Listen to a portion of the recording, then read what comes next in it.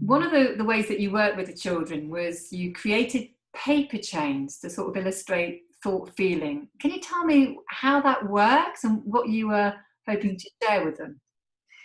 Yeah, so I just wanted the kids to get a feel for how our thinking operates, because as we all know, if we're into this inside out understanding, it doesn't it operates very differently to how most of the human race think we operate. So it was just to get them thinking and make them aware that actually it's not stuff out there that creates us to feel a certain way. It actually comes from within.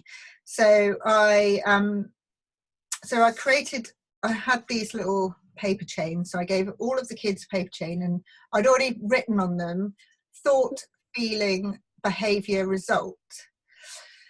So I asked them to think of a time, when they were feeling a certain way, what the result of what the behavior was. So, for instance, the example I gave was exams. So it was in a school setting, so I used exams. So I'm feeling anxious, and the behavior was I don't know, I might get withdrawn and not talk to people or mix with people, and the result was that perhaps I didn't eat, so I felt sick because of all this anxious feeling.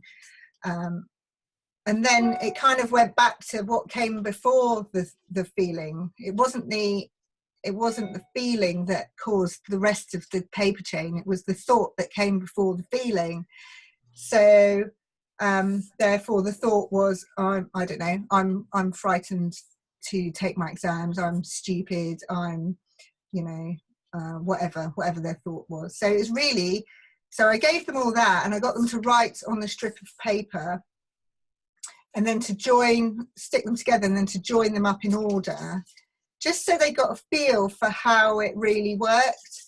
And then I sort of asked them, because quite often they'd start with the feeling, and then I'd have to go back to them and say, well, if you felt that way, what was the thought that came before? And then we talked about where they break the cycle. So, it's like you can't break it after the feeling, because the feeling's already manifested, and it's connected to the thought. So therefore, when you have a thought, you just break it there. You don't have to take that thought seriously.